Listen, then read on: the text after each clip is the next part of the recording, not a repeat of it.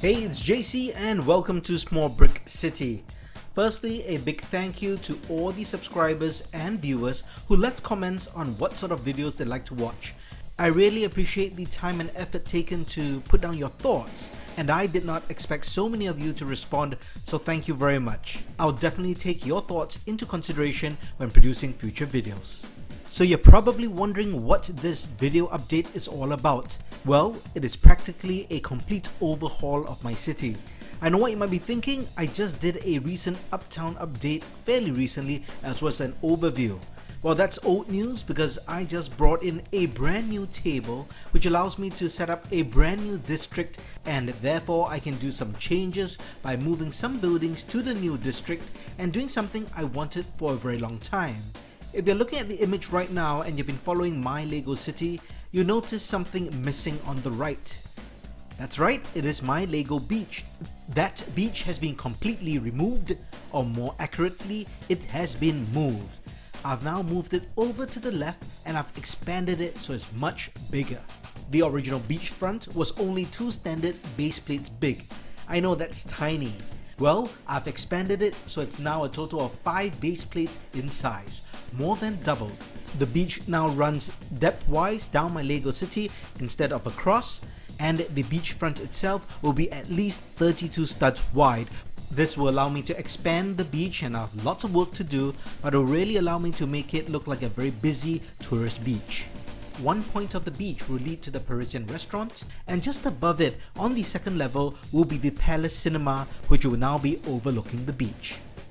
I will now have a much longer waterway from the back of the display to the front, and the empty space you see there next to the Ninjago city, that's reserved for a new set that will be coming out. Any ideas what it might be? Leave your guess in the comments. The now empty section of the beach will be filled with details soon enough. And here's a look at the Parisian restaurant as it leads to the town park. I've kept the town park as it is with the memorial and the access all the way up to the main street which leads to the town hall. Next to the town park, I've preserved the brick bank, but next to it is now the Grand Emporium. And above it on the main street, right at the corner, is the Angel of Mercy Hospital, and next to that is the Fire Brigade on Fire, the Town Hall, which is my police station, and the Palace Cinema, which is actually my Palace Theatre.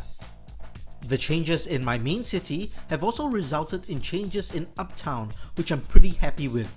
Now the entire front row are filled with buildings similar to my Small Brick Town project, which are slightly smaller modular style buildings, but they all fit very well together in terms of relative size, and it starts off with the detective's office, which you saw at the beginning of this segment.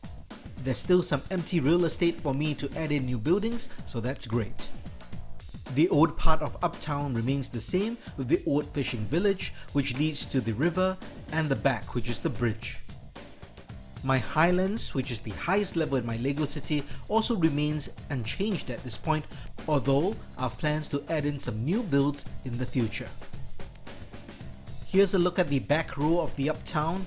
I've moved the hotel from the main street up here. I think it really works well because now the buildings in the back row all look similar because the architecture is similar. The row of smaller buildings in the front also make it easier to see that there are buildings behind, but I also can squeeze many more buildings in this front row because the buildings are smaller, and it gives the overall city layout a bit more dimension and perspective. Overall, I'm pretty excited about the changes in the Lego city. As you can see, these changes already make such a big dynamic change in the main level of my city. Because the beach is larger and is a level down, it creates a very big visual contrast with the main street city.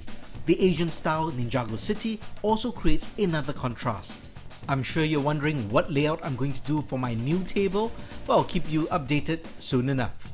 In my next video, I'm going to show you what I did creatively with 3 brand new Jurassic World sets. Specifically, these are sets 75932, 75927 and 75931, and they all feature dinosaur names that are extremely hard to pronounce. As you know, my Lego city is seated in reality, which means it's based on real life. So why do you think I have these 3 Jurassic World sets? See if you can guess what I'm going to do with them and leave your guesses in the comments. As usual, Like this video, and if you haven't, subscribe to the channel so you'll be notified when my new Jurassic World video is out. Talk to you soon!